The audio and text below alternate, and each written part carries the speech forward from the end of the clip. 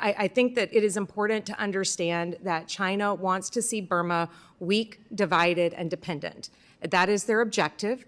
That is what they are trying to accomplish through their proxies, whether it's the United Wa State Army or their occasional intervention to support and backstop the military regime, the continuous flow of weapons that they provide the military regime.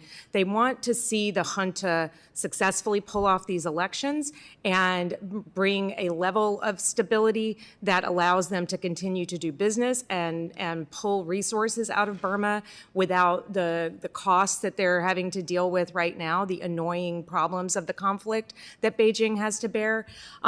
At the same time, when it comes to the scam centers and the rare earth mining, Beijing is rapacious in the way that they deal with these things. The scam centers could not exist without the support that the regime in Beijing provides to them.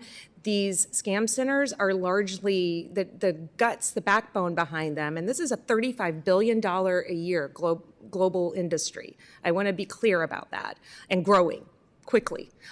They are using technology in a way that is astounding. AI, they were just rated and had hundreds of Starlink units powering their internet. They are at the center of a web of some of the worst human trafficking I've ever seen in 30 years working on human rights, and most abusive human trafficking system. And they are deeply connected, and this is one thing I think we don't really understand very well or talk about. These scam centers started out as a way to launder money, including drug money from the Mexican cartels. They've become a line of business on their own, but at heart, they're really a massive money laundering organization that benefits the very cartels that are killing Americans with fentanyl. And there's an increasing link between the cartels and the fentanyl production in the Western Hemisphere and the drug production and these transnational Chinese criminal organizations that are underlying this entire web of global illicit activities. And Burma is at the center of it.